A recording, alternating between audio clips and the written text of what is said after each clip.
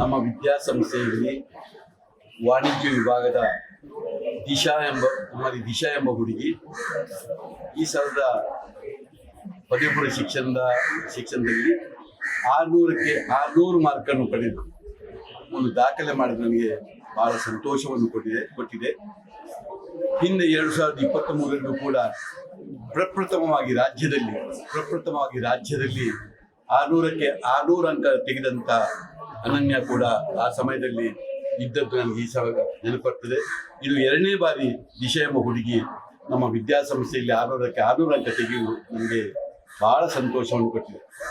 ಭಾಳ ಒಳ್ಳೆಯ ಹುಡುಗಿ, ಭಾಳಷ್ಟು ಒಂದು ಸ್ಪೋರ್ಟ್ಸ್ ಮ್ಯಾನ್ ಸ್ಪಿರಿಟ್ ಇದ್ದಂಥ ಹುಡುಗಿ.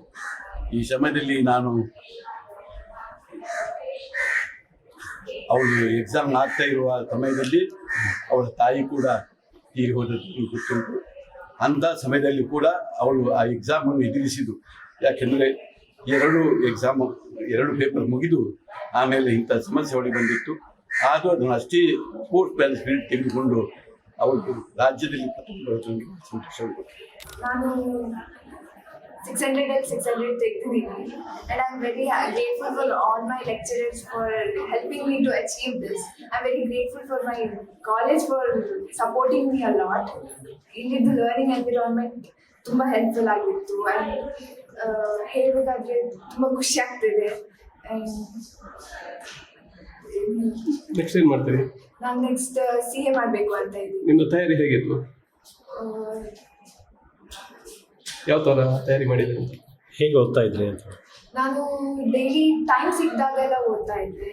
ಸೊ ಎಷ್ಟು ಹಾರ್ಸ್ ಓದಿದ್ದೀನಿ that is not important for me. ಎಷ್ಟು ಸಿಕ್ಕಿದ ಟೈಮಲ್ಲಿ ಎಷ್ಟು ಓದಿದ್ದೀನಿ ದ್ಯಾಟ್ ಈಸ್ ಇಂಪಾರ್ಟೆಂಟ್. ಆ್ಯಂಡ್ ನಾನು ಬೈ ಹಾರ್ಟ್ ಮಾಡೋದ್ರಲ್ಲಿ ಬಿಲೀವ್ ಮಾಡಿಲ್ಲ. ಸೊ ಕಾನ್ಸೆಪ್ಚುವಲ್ ಕ್ಲಾರಿಟಿ ತುಂಬ ಒಂದು ಟಾಪಿಕ್ ಇದ್ರೆ ಅದು ಅರ್ಥ ಆಗೋವರೆಗೂ ಕೇಳ್ತಾ ಇದ್ದೆ ಲೆಕ್ಚರರ್ಸ್. ಆ್ಯಂಡ್ ಲೆಕ್ಚರರ್ಸ್ ಕೂಡ ತುಂಬ ಎಕ್ಸ್ಪ್ಲೇನ್ ಮಾಡ್ತಾ ಇದ್ರು. ಒಂದು ಯಾವುದಾದ್ರೂ ಟಾಪಿಕ್ ಅರ್ಥ ಆಗಲಿಲ್ಲ ಅಂದರೆ ತುಂಬ ಸತಿ ಎಕ್ಸ್ಪ್ಲೇನ್ ಮಾಡ್ತಿದ್ರು. ನಾನು ಬೇರೆ ಸಬ್ಜೆಕ್ಟ್ಸ್ ಎಲ್ಲ ಔಟ್ ಎಕ್ಸ್ಪೆಕ್ಟ್ ಮಾಡ್ತಿದ್ದೆ, ಬಟ್ ಇಂಗ್ಲೀಷಲ್ಲಿ ಸ್ವಲ್ಪ ಭಯ ಆಗಿತ್ತು. ದ್ಯಾಟ್ ಈಸ್ ನಾಟ್ ಲೈಕ್ ನಾನೇನೋ ತಪ್ಪು ಬಂದು ಭಯ ಆಗ್ತಿದೆ ಅಲ್ಲ. ಇಂಗ್ಲೀಷಲ್ಲಿ ತುಂಬ ಮೈನ್ಯೂರ್ ಮಿಸ್ಟೇಕ್ಸ್ ಆಗುತ್ತೆ. ಸೊ ಅರ್ಥ ಆಗಲ್ಲ, ಅನ್ನೋಯಿಂಗ್ಲಿ ಮಿಸ್ಟೇಕ್ಸ್ ಆಗ್ಬೋದು, ತಪ್ಪು ಏನಾದರೂ ಮಿಸ್ಟೇಕ್ಸ್ ಆಗಿರ್ಬೋದು. ಆ ಥರ ಮಿಸ್ಟೇಕ್ಸ್ ಆಗಿರುವ ಚಾನ್ಸಸ್ ಇರುತ್ತೆ. So that was what I was scared of English ಬಗ್ಗೆ ಹೇಳೋದಾದರೆ. ಸೊ ಇಂಗ್ಲೀಷ್ ಒಂದೇ ಸಬ್ಜೆಕ್ಟ್ ಸ್ವಲ್ಪ ಭಯ ಆಗ್ತಿತ್ತು, ಬಾಕಿದೆಲ್ಲ.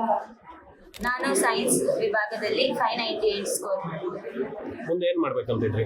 ನಾನು ಡಾಕ್ಟರ್ ಆಗಬೇಕಂತ ಬಯಸಿದ್ದೀನಿ. ಈಗ ನೆಕ್ಸ್ಟ್ ನೀಟ್ಗೆ ಪ್ರಿಪೇರ್ ಆಗ್ತಾ ಇದ್ದೀನಿ. ಇಲ್ಲಿ ಹೇಗಿತ್ತು ಎಜುಕೇಶನ್ ಎಲ್ಲ ಯಾವ ಥರ ಕೊಡ್ತಾ ಇದ್ರು?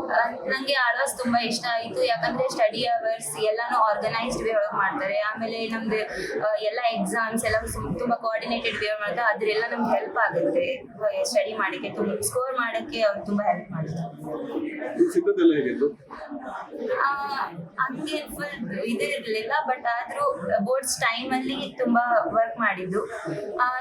ಏನು 18 hours ಹಂಗೆಲ್ಲ ಓದಿದ್ರೆ ಬರುತ್ತಂತಲ್ಲ, ಎಷ್ಟು ಅವರ್ಸ್ನ ಅದನ್ನ ಕರೆಕ್ಟಾಗಿ ಓದಿದ್ರೆ ಮಾತ್ರ, ಕರೆಕ್ಟಾಗಿ ಓದಬೇಕು ಅಂದರೆ ಮಾತ್ರ ಬರುತ್ತೆ ಅಂತ ನಾನು